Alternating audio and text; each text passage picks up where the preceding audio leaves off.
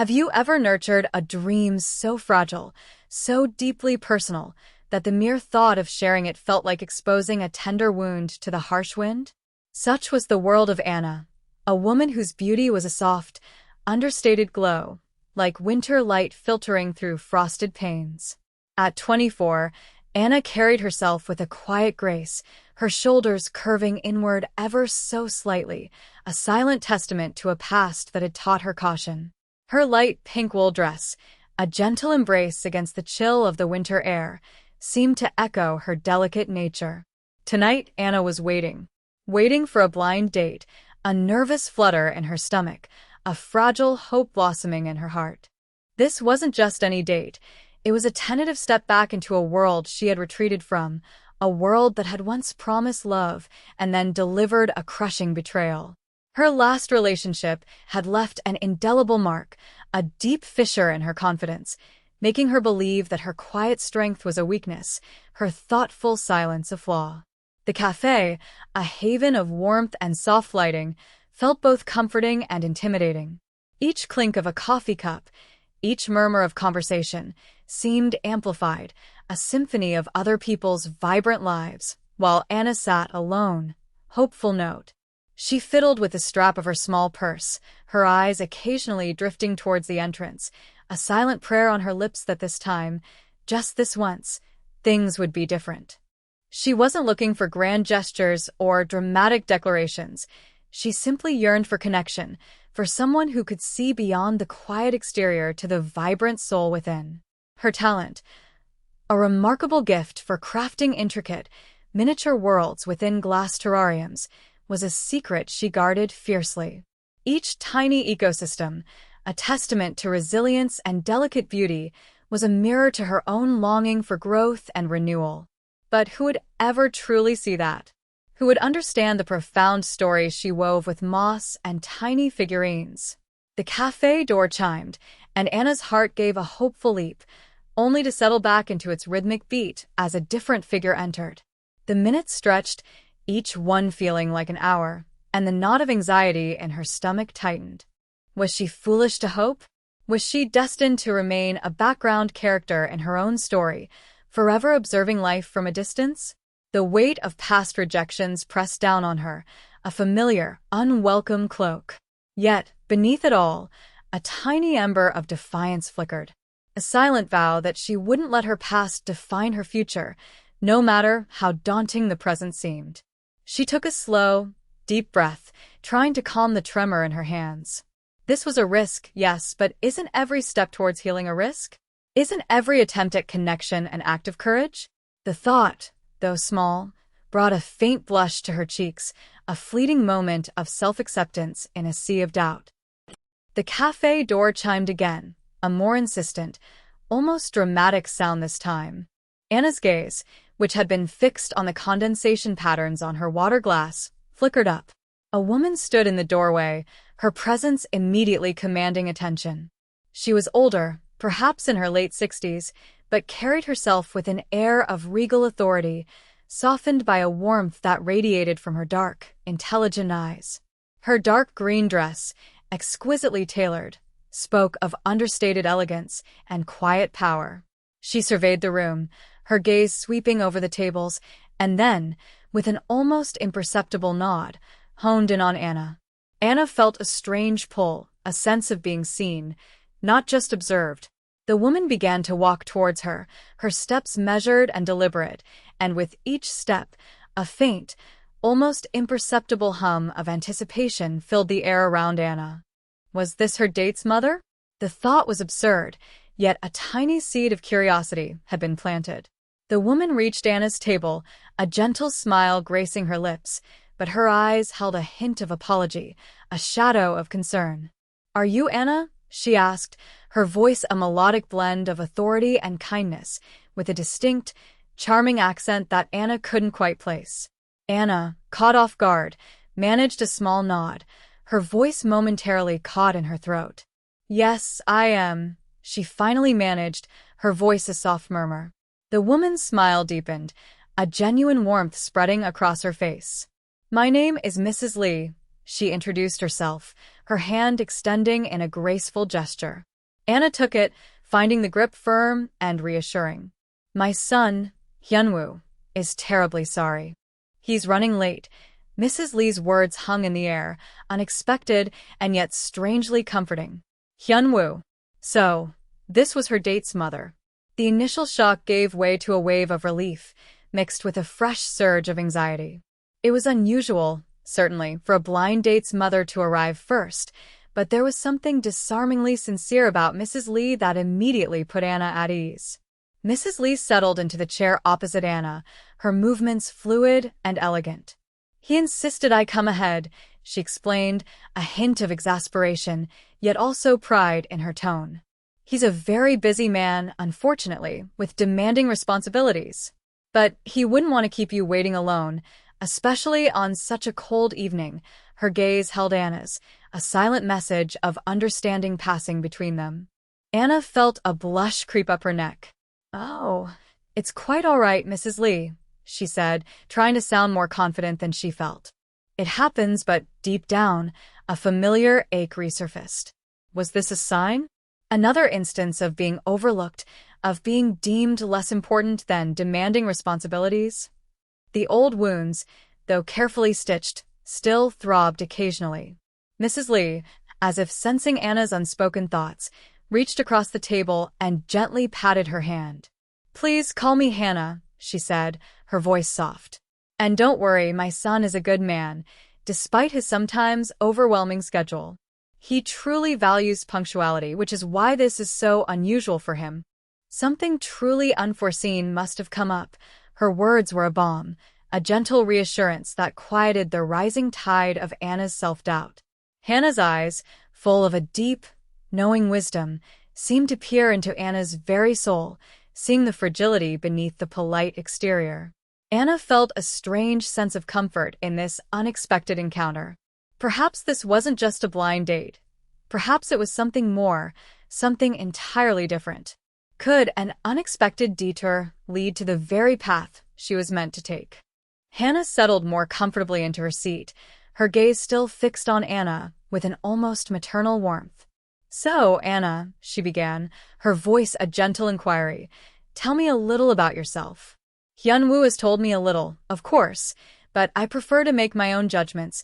There was a playful glint in her eyes, a hint of mischief that belied her sophisticated demeanor. Anna, still slightly flustered by the unexpected turn of events, found herself relaxing under Hannah's attentive gaze.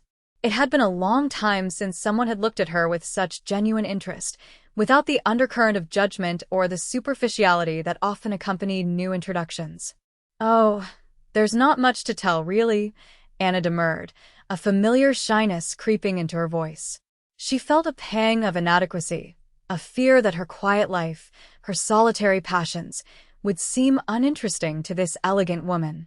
I work in a small gallery, and I enjoy creating terrariums in my spare time. She hesitated, wondering if she should elaborate on her artistic passion, but the old fear of being misunderstood held her back. Hannah's smile widened. Terrariums? How fascinating. Miniature worlds, yes? A reflection of life contained, cared for, nurtured. That sounds like a truly beautiful art form, Anna. Don't underestimate the power of creating beauty in small spaces. Sometimes, the most profound things are found in the details. Wouldn't you agree? Her words were like a gentle rain on parched earth, nourishing the seeds of Anna's confidence.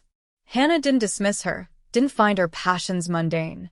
Instead, she saw the deeper meaning, the artistry, the care. Anna felt a warmth spread through her chest, a feeling of being truly seen for the first time in a long while. Yes, Anna replied, her voice gaining a little strength. I suppose so. I find a certain peace in them. In building something resilient, even when it feels fragile, she thought of her own carefully constructed emotional walls, the way she had tried to build a sense of peace within her own guarded world. Hannah nodded slowly, her expression thoughtful. Peace is a precious commodity, Anna. And resilience even more so. Life, you see, is full of unexpected storms. It's how we weather them, how we rebuild, that truly defines us. Her gaze softened, and a hint of a past sorrow flickered in her eyes, quickly masked. My son, Hyan Wu, he too has faced his share of storms. He carries a heavy burden, a weight that few truly understand. He lost his father very young, and then, a few years ago, his wife. It has made him cautious, distant, perhaps. To those who don't know him well, Hannah's voice was laced with a quiet sadness, a mother's concern for her grieving child. Anna listened, her heart aching with empathy. So, Hyan Wu was not just busy, he was also wounded, just like her. A different kind of wound, perhaps, but a shared experience of loss and the rebuilding that followed. The thought created an unexpected bond, a silent understanding between them. Hannah continued, her voice a gentle stream of revelation. He has dedicated himself to his work, to honoring his father's legacy. He runs a very significant enterprise. It consumes him, I fear. He rarely takes time for himself, for joy, for connection. That is why I was so pleased when he agreed to this blind date. It was a rare step for him, a sign, I hoped, that he might finally be ready to open his heart again. Anna felt a surge of mingled emotions, apprehension at the thought of meeting a man so burdened, and a strange, quiet hope that perhaps, just perhaps, their shared experiences of loss and rebuilding could be a bridge, rather than a barrier. Could two broken pieces, when carefully aligned, form a mosaic more beautiful than either could have been alone? As Hannah spoke of Hyan Wu's past, a quiet sadness settled over their table, a shared understanding of the invisible scars life inflicts. Anna found herself listening intently, drawn into the narrative of a man she hadn't yet met, but whose emotional landscape was beginning to unfold before her. Hannah's words painted a picture of a man driven by duty and grief, a successful professional whose outward strength concealed a deep, unaddressed sorrow. He took over his father's business at a very young age, Hannah explained, her voice tinged with both pride and regret. It was a monumental task, a vast network of enterprises. He felt the weight of responsibility acutely, especially after his father's sudden passing. And then, when she was taken from us too soon, it was as if a part of him simply closed off. He built walls, Anna. Strong, impenetrable walls around his heart, believing that was the only way to protect himself from further pain. Anna recognized the sentiment, the desperate need to shield oneself from the sharp edges of grief. She knew those walls, had meticulously constructed her own after her betrayal, brick by painful brick. She understood the logic, the misguided belief that isolating oneself was a form of self-preservation. But she also knew the profound loneliness that came with it, the quiet yearning for someone to see past the facade. It must have been incredibly difficult for him, Anna murmured, her voice soft with genuine empathy. She imagined the immense pressure, the dual burdens of professional legacy and personal tragedy. It was a weight that would crush most people, but Hyan Wu, it seemed, had simply absorbed it, allowing it to solidify into a stoic resolve. Hannah nodded, a wistful sigh escaping her lips. He is a man of immense strength, Anna, but even the strongest foundations can crack under relentless pressure. He has forgotten how to simply be, how to find joy in the ordinary, how to let love in. He believes he must constantly protect, constantly control. It's a lonely path, darling. Her gaze returned to Anna, a silent plea in her eyes. When he agreed to this meeting, I saw a flicker of hope, a tiny crack in those formidable walls. He's been so focused on his work, on his obligations, that he has neglected his own heart for too long. I believe he needs someone who understands the quiet language of healing, someone who can see the man beneath the armor. Anna felt a sudden, unexpected surge of trepidation. Was Hannah subtly implying that Anna was that person? The thought was overwhelming, a responsibility she wasn't sure she was ready to bear. She, who was still piecing together the fragments of her own shattered confidence, how could she possibly help someone else rebuild? Yet there was also a spark of something else, a deep-seated desire to connect, to understand, to offer comfort. Her own journey of healing had taught her the profound power of empathy, the quiet strength found in shared vulnerability. I understand, Anna said, her voice barely a whisper. It's hard to let go of the past, to trust again. She thought of her own terrariums, the careful balancing act of creating a thriving ecosystem, even when the initial components felt broken or barren. It was a slow, deliberate process, requiring patience and a gentle touch. Could the same principles apply to mending a human heart? Could two souls, each bearing their own unique wounds, find solace and strength in each other's presence? Hannah reached across the table again, her hand gently covering Anna's. You have a kind heart, Anna. I can see it. And sometimes, kindness is the most powerful force for healing. It's not about fixing someone, darling. It's about being present, about offering a space for growth, for light to enter. Her words resonated deeply with Anna, echoing the quiet philosophy she applied to her terrariums. It wasn't about forcing growth, but about providing the right conditions for it to flourish naturally. The cafe door chimed once more, a softer, less dramatic sound this time. Both women looked up, their conversation momentarily suspended. And there, framed in the doorway, stood Hyan Wu. Hyan Wu was a commanding presence, even from across the room. He wasn't overtly flashy, but his tailor dark suit, impeccably cut, spoke of authority and meticulous attention to detail. His dark hair was neatly styled, and his features, though handsome, were etched with a seriousness that hinted at the burdens Hannah had described.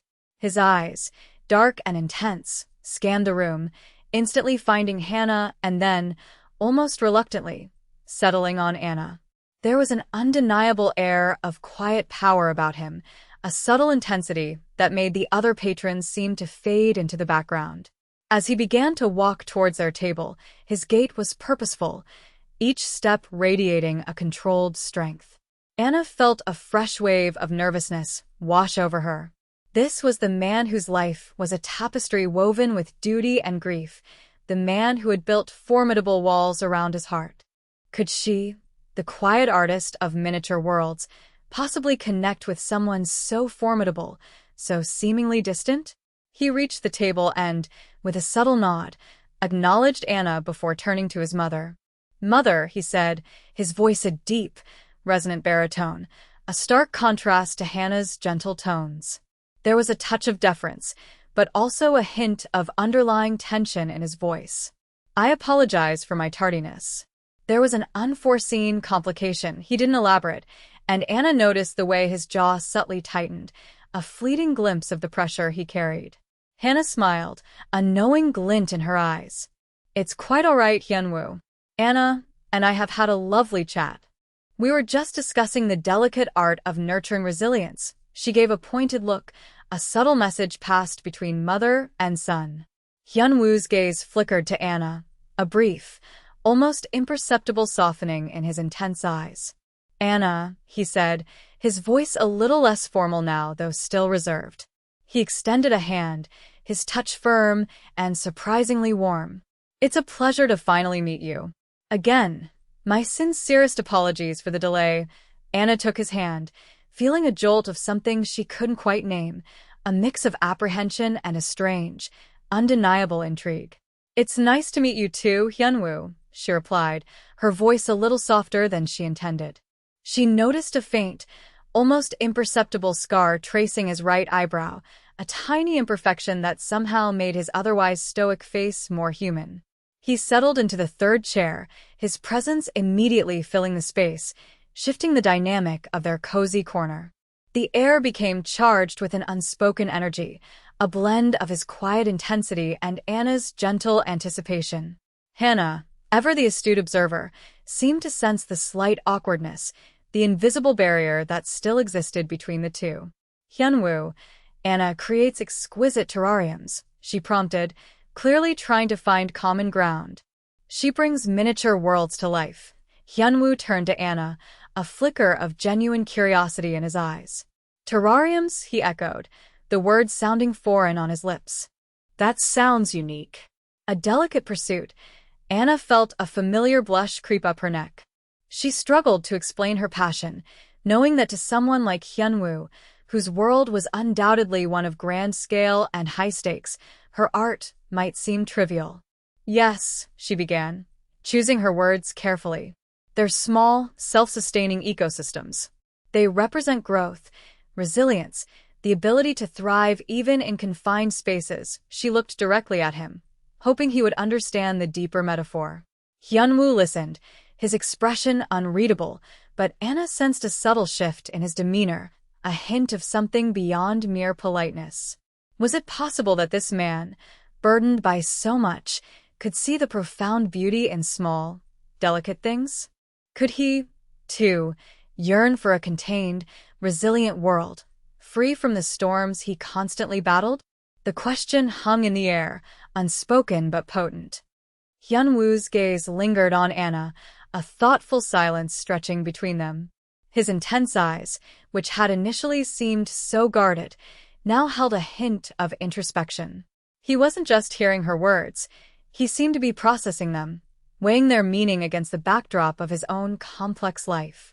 Resilience, he repeated, the word a low murmur. Yes, that's a quality I understand. In my line of work, it's not just appreciated, it's essential.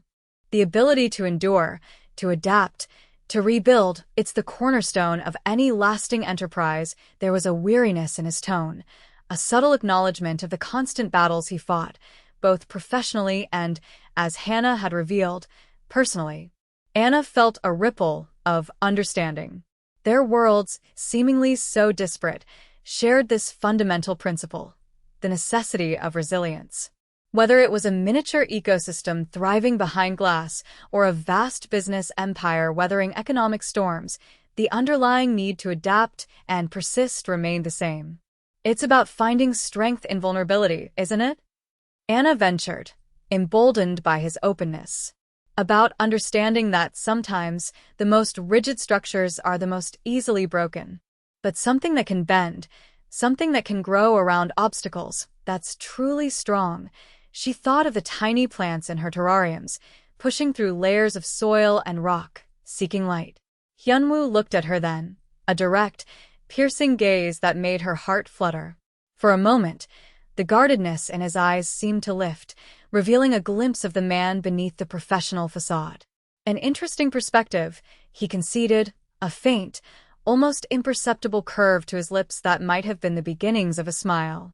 Most people associate strength with unwavering rigidity.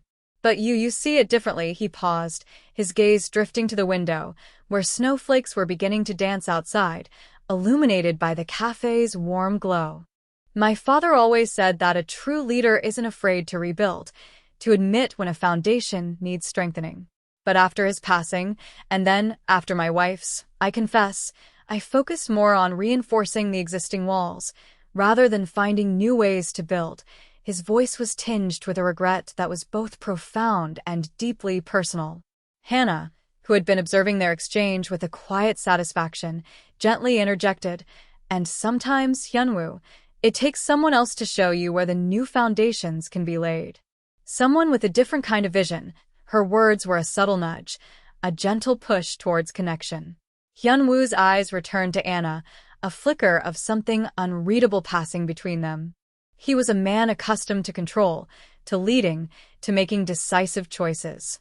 Yet, in Anna's presence, and under his mother's watchful eye, he seemed to be allowing himself a rare moment of introspection, of questioning his own carefully constructed defenses. He saw her quiet strength, the gentle wisdom in her eyes, and for the first time in a long time, the weight of his world felt a little less solitary. Could it be that the strength he so desperately sought wasn't in the unwavering rigidity of his walls, but in the delicate, resilient growth that Anna championed? Could a quiet afternoon in a cafe, with an unexpected companion and a mother's subtle guidance, be the start of a different kind of building? The conversation between Anna and Hyan Wu, initially tentative, began to flow with a surprising ease, guided by Hannah's subtle prompts and the shared ground of resilience. They spoke of their work, their passions, the delicate balance between control and letting go. Hyan Wu, surprisingly, found himself drawn to Anna's quiet wisdom, her ability to articulate profound truths with such gentle clarity. He found himself listening, truly listening, in a way he hadn't in years. He even managed a genuine, albeit fleeting, smile when Anna described a particularly stubborn moss she had once tried to cultivate. "It sounds like a metaphor for life, doesn't it?" he mused, a rare lightness in his voice. "Some things simply refuse to be tamed, no matter how much effort you put in." Anna chuckled softly, a melodic sound that brought a warmth to the chill of the evening. "Indeed. And sometimes, the most beautiful things are the ones that grow wild, untamed by our expectations." As the evening progressed, Anna found herself surprisingly comfortable in Hyan Wu's presence. Beneath his formidable exterior, she sensed a deep well of kindness, a man profoundly affected by loss, yet striving to do good. His intensity, which had initially been intimidating, now seemed like a manifestation of his passion and his unwavering commitment to his responsibilities. Hannah, observing them, felt a quiet joy bloom in her heart. She saw the subtle shifts in her son's demeanor, the way his shoulders seemed to relax slightly, the way his gaze lingered on Anna. It was a rare sight, and a hopeful one. Just as they were about to order a second round of drinks, the cafe door chimed again, and a new figure entered, instantly disrupting the delicate equilibrium they had found. He was a man in his late 20s, impeccably dressed, with an air of self-importance that seemed to fill the room. His eyes, cold and calculating, swept over the cafe, landing with a possessive glint on Hyan Wu. This was Sang Wo, a rival in Hyan Wu's business world, a man known for his ruthless ambition and superficial charm. Sang Wu strode directly to their table, a forced smile on his face that didn't quite reach his eyes. "Hyan Wu, what a surprise to find you here," he said, his voice dripping with feigned cordiality, but with an unmistakable edge of challenge. His gaze flickered dismissively over Anna, and then settled on Hannah, a flicker of respect mingling with his usual arrogance. "Mrs. Lee, always a pleasure." Hannah offered a polite but cool nod, her smile fading. Hyan Wu's entire posture stiffened, the relaxed air he had cultivated with Anna vanishing in an instant. His jaw tightened, and his eyes, which had softened moments before, now held a steely resolve. "Sang Wu," he acknowledged, his voice devoid of warmth. "To what do we owe this unexpected visit?" Sang Wu chuckled, a hollow sound. "Just passing by, saw your car. And then, I couldn't help but notice you're on a date." With a lovely companion, his eyes lingered on Anna, a possessive, judgmental stare that made her skin crawl. "Though, I must say, Hyan Wu, I'd have expected someone more aligned with your usual circles. Perhaps someone with a more established pedigree." The words were a venomous dart, aimed not just at Anna, but at Hyan Wu, a deliberate attempt to undermine and belittle. Anna felt a flush of humiliation rise to her cheeks. The old wounds of inadequacy, of being deemed not enough, resurfaced with a painful intensity. Her shoulders curved inward instinctively, a defensive gesture she had perfected over years.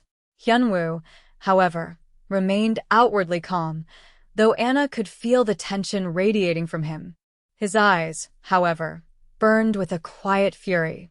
"Sang Wu," Hyan Wu said, his voice dangerously low, "I believe you are interrupting a private conversation. And your opinions on my choices are neither solicited nor welcome." The confrontation hung heavy in the air, a stark contrast to the gentle intimacy they had shared moments before. Could the delicate connection they were building withstand the harsh glare of external judgment and ruthless ambition? Sang Wu's sneer deepened, clearly enjoying the discomfort he had caused. He wasn't just attempting to belittle Anna, he was trying to assert dominance over Hyan Wu, to chip away at his carefully maintained composure. "Oh, am I interrupting?" "My apologies," he drawled, though his tone conveyed anything but. "It's just that word travels fast, Hyan Wu. Rumors of your expanding interests, shall we say. And I simply wanted to ensure that you're not letting personal distractions interfere with your professional obligations, especially with the upcoming bids for the downtown redevelopment project. It's a very competitive field, wouldn't you agree? One needs to be entirely focused." His words were a thinly veiled threat, a reminder of the cutthroat world Hyan Wu inhabited, and a clear attempt to imply that Anna was a liability. Anna felt a cold dread creep into her heart. She was witnessing firsthand the relentless pressure Hyan Wu faced, the constant scrutiny, and the personal attacks disguised as professional concern. She also realized, with a painful clarity, that her presence was indeed a potential weakness for him in this ruthless environment. Her quiet nature, her artistic pursuits, were easily dismissed as frivolous by men like Sang-woo. Hannah, ever the protector, finally spoke, her voice laced with a cool authority that cut through Sang-woo's arrogance. Sang-woo, I believe you have made your point. Perhaps it is time for you to return to your own professional obligations and allow us to enjoy our evening in peace. Her gaze was unwavering, a silent challenge that even Sang-woo found difficult to meet. Sang-woo's smile faltered, a flicker of annoyance crossing his face. He knew better than to directly cross Mrs. Lee. He gave a slight, dismissive shrug, his eyes darting back to Anna with a final, contemptuous glance. Of course, Mrs. Lee. My apologies. Just looking out for Hyan Wu's best interests as always. Good evening. With a final, smarmy nod, he turned and exited the cafe, leaving behind a lingering chill that belied the warmth of the interior. The tension in the air, however, did not immediately dissipate. Hyan Wu's jaw was still clenched, his eyes burning with a controlled fury. The brief moment of lightness they had shared was shattered, replaced by the harsh reality of his world. Anna felt a profound sense of guilt. She had inadvertently brought this unwelcome intrusion into Hyan Wu's life. Her presence, instead of being a source of comfort, had become a target for his rival. Hyan Wu, I'm so sorry, she began, her voice barely a whisper, her eyes downcast. I didn't mean to cause any trouble. He turned to her then, his expression still intense, but the anger in his eyes softened as he looked at her. He saw the genuine distress on her face, the way her shoulders were once again curved inward, the fragile hope in her eyes replaced by self-blame. Anna, you have nothing to apologize for, he said, his voice firm, leaving no room for argument. Sang-woo is a snake. He would have found another reason to intrude, another way to try and destabilize me. This has nothing to do with you. He is simply a deeply insecure man who thrives on others' discomfort. He reached across the table, his hand gently covering hers, a gesture of reassurance that surprised them both. His touch was warm, comforting, a silent promise that he did not blame her. Please, he continued, his voice softer now, don't let him ruin our evening, or your perception of this. He is not worth your beautiful energy. Anna looked up, meeting his gaze. In his eyes, she saw not just reassurance, but a quiet plea for understanding, a desire to protect her from the ugliness of his world. The vulnerability she had glimpsed earlier was now more apparent, a raw honesty that touched her deeply. Could two people, each bearing their own burdens, find strength not just in their resilience, but in the gentle act of protecting each other from the storms of the world? The incident with Sang-woo, though brief, cast a long shadow over the rest of the evening. The lightness that had begun to bloom between Anna and Hyan Wu was replaced by a more somber understanding of the complex realities that shaped his life. Anna, however, was no longer consumed by guilt. Instead, a fierce, protective instinct stirred within her. She saw Hyan Wu not just as a formidable professional, but as a man under relentless attack, whose quiet moments of connection were precious and rare. As they walked out of the cafe into the swirling snow, the city lights shimmering around them, Anna felt a strange sense of resolve. The cold air, usually a trigger for her to retreat further into herself, now felt invigorating. Hyan Wu insisted on walking her home, despite her protests that it was out of his way. The silence between them was no longer awkward, but comfortable, filled with unspoken thoughts and a growing sense of mutual respect. When they reached her apartment building, the snow had begun to fall more heavily, blanketing the streets in a pristine white. They stood for a moment under the shelter of the awning, the world around them hushed and serene. Thank you for tonight, Hyan Wu, Anna said, her voice soft. Despite everything, I truly enjoyed our conversation. She looked up at him, her eyes reflecting the gentle glow of the streetlights, searching for a sign of his true feelings. Hyan Wu's gaze was intense, unwavering. "Anna," he began, his voice a low murmur. I apologize again for the interruption.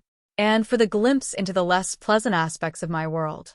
It's not typically how I introduce myself," he managed a small, self-deprecating smile.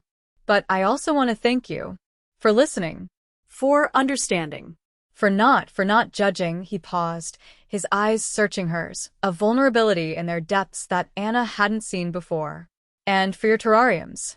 Your philosophy on resilience, it resonated with me more than you know."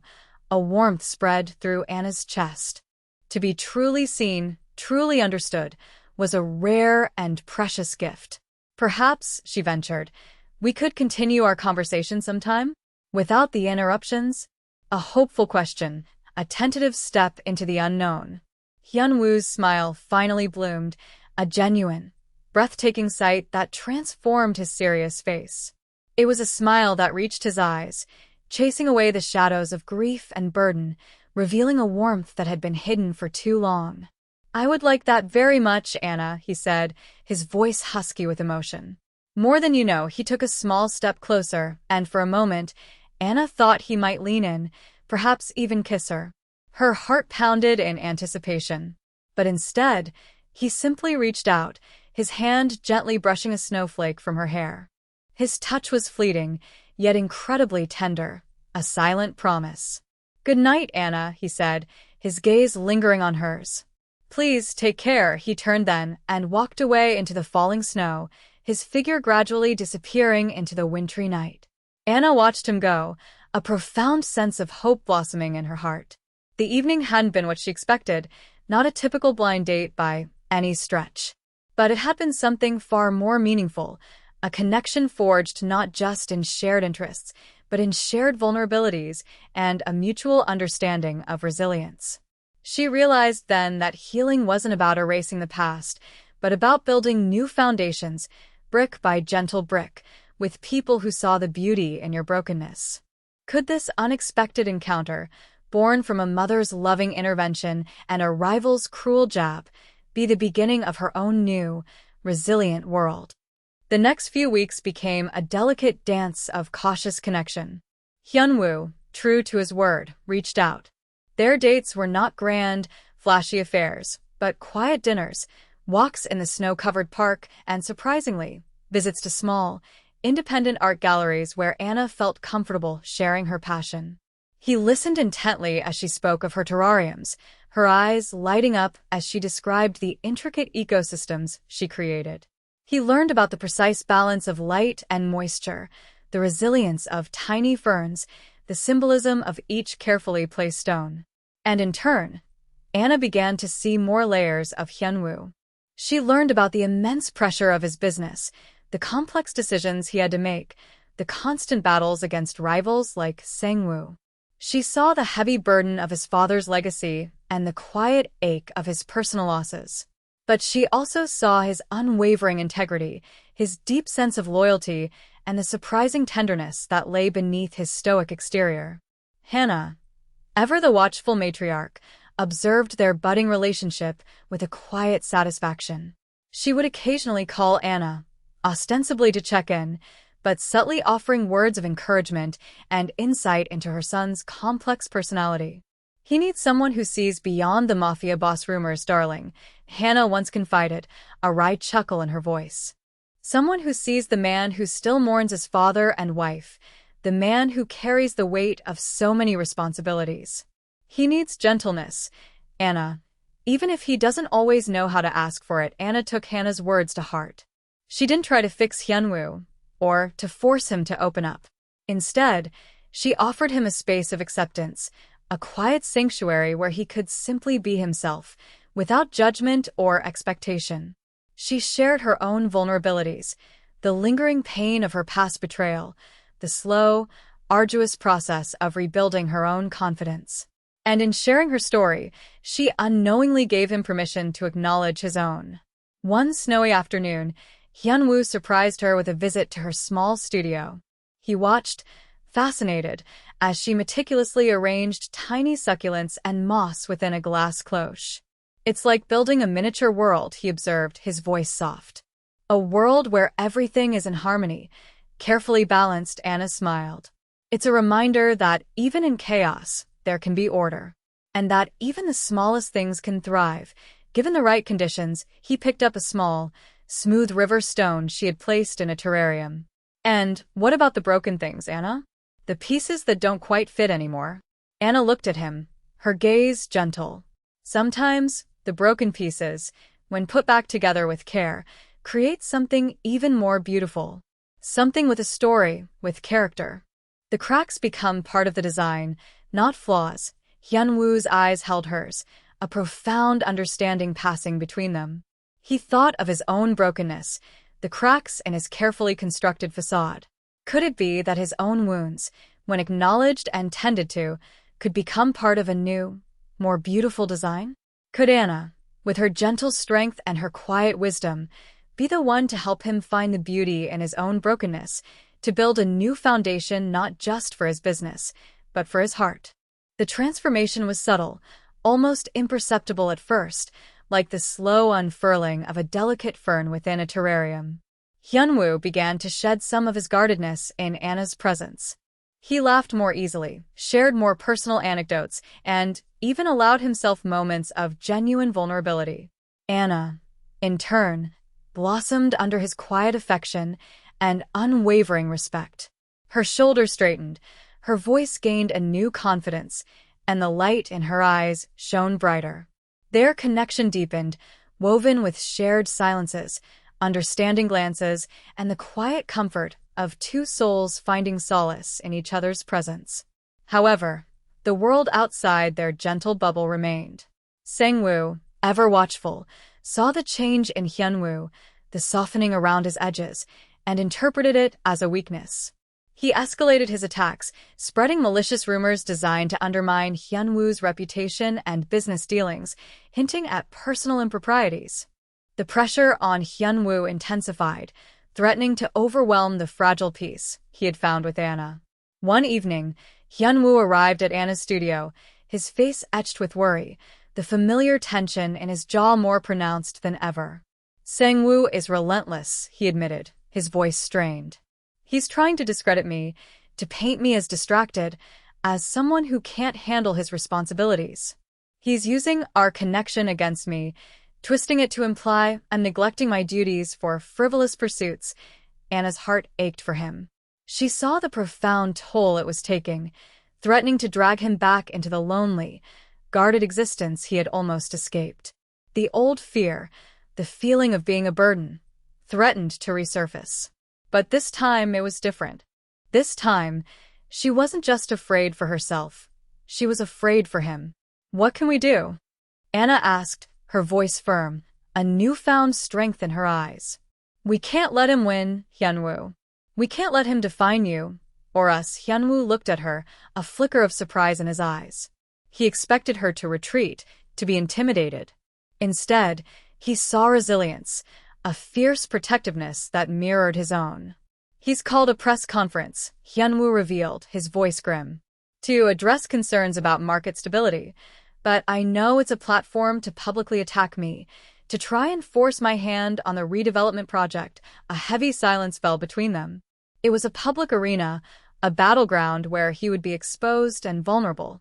Anna thought of her terrariums, of how sometimes, to protect the delicate ecosystem, you had to ensure the foundation was strong enough to withstand external pressures. But this wasn't glass and moss. It was a man's reputation, his legacy, and their nascent love. Then we go together, Anna declared, her voice clear and unwavering. Hyan Wu stared at her, stunned. Anna, no. It's too dangerous. Too public. He will use you. He will try to hurt you to get to me. And let him. Anna countered, her eyes blazing with a quiet fire. No. If he wants to paint you as distracted, then let him see that your distraction is a source of strength, not weakness. Let him see that you have someone who stands with you, who believes in you. Our connection isn't a liability, Hyan Wu. It's an asset. It's real. And he can't touch that. Her words were a powerful declaration, a testament to the profound healing she had undergone and the unwavering belief she now held in their connection. Could a public display of unity, a quiet act of courage, be the very thing that shattered Sang-woo's insidious plans and cemented their love as an unbreakable foundation? The day of Sang-woo's press conference dawned crisp and cold, but Anna felt a warmth radiating from within.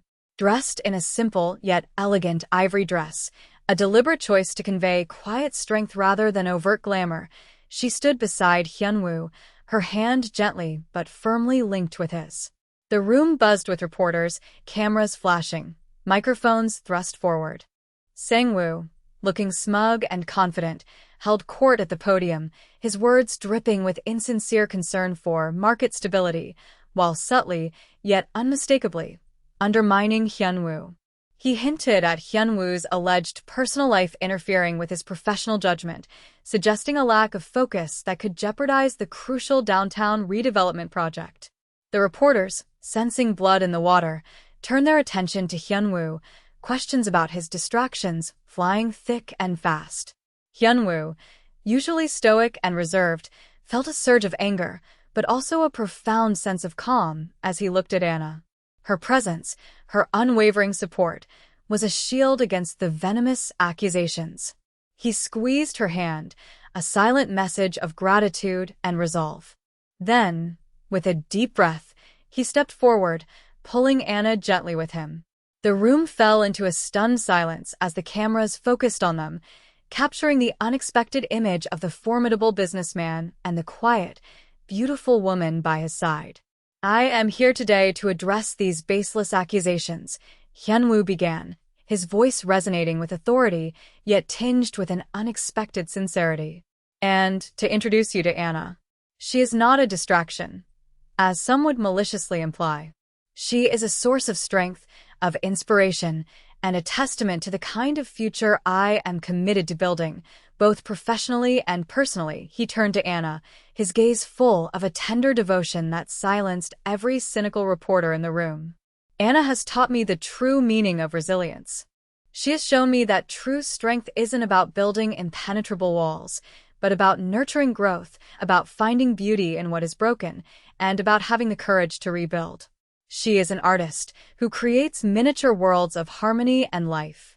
And she has helped me to see that my own world, however complex, can also be rebuilt with the same care and vision." Anna felt tears welling in her eyes, overwhelmed by his public declaration, by the profound sincerity in his voice. This wasn't just a defense, it was a grand gesture, a public acknowledgement of their love, and a brave act of vulnerability from a man who had long guarded his heart.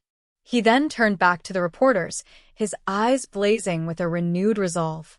"My commitment to this city, to my father's legacy, and to the success of the redevelopment project is unwavering. And my commitment to building a future founded on integrity, on growth, and on genuine connection is stronger than ever. Any attempts to undermine that, to use personal attacks disguised as professional concern, will fail. Because true foundations, built on honesty and strength, cannot be shaken by superficial attacks." The press conference ended not with a scandal, but with a powerful message of resilience, love, and unwavering commitment. Sang-woo, his face a mask of furious disbelief, watched his schemes crumble before his eyes. The public, initially hungry for scandal, was instead captivated by the unexpected sincerity, the raw emotion of Hyan Wu's declaration. In the days and weeks that followed, the tide turned.